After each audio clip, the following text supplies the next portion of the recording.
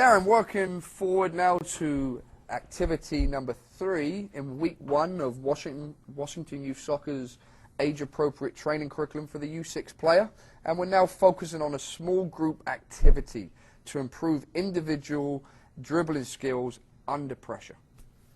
Exactly, and you want to put them within certain pressure within the activity. So within the drill, the session that you're going to see right here, one player is designated as the it player, and have fun with this. Make it exciting.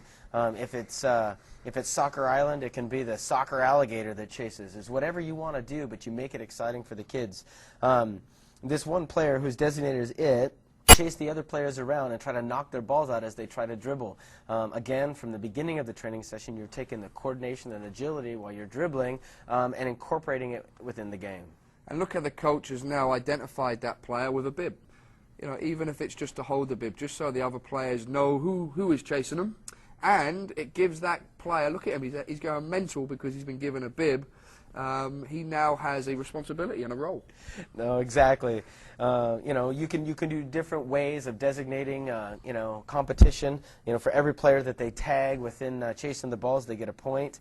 And again, we're talking about the pieces that we started with within the session, and we're adding more pressure each time to foster individual player development. Working on coordination and dribbling. You're adding shielding, more advanced agility, and vision within the game, within the space that's created by the coach. Again, this is a 20 by 20 yard area, and again, each player must have a ball apart from obviously the player that's chasing. Be mindful that there's only so long that player that's it will be focused. So make sure you keep rotating that player, keeping that player fresh, because if you keep them in there too long, that you're going to lose their attention. And you can make the game itself more exciting by adding different types of restrictions. As your players get more advanced, you can have the player that's chasing with a ball at their feet as well. You can name the game something different. You can change it up just to make sure that you're constantly challenging them as they get better at the individual skill. As you'll see in the key coaching points, you know, coordination and movement at this age is key. Everything you do in terms of training and education, the training sessions that you put on, make sure that coordination and movement is constantly being looked at by how you run the session, because this will affect them as they get older and will allow them more success on the ball. Exactly. You know, within the game itself, within the small group activity, you will find that players will find ways of solving problems on their own. You know, you're learning shielding, but within the game, the best way to learn it is to actually get out there and perform it and find ways to move away from pressure and solve those problems. And, you know, obviously vision and keeping their heads up and keeping the ball close control. These are just some of the key coaching points that you should be looking for. The wonderful thing about coordination and movement is Washington Youth Soccer now offer coordination and movement workshops.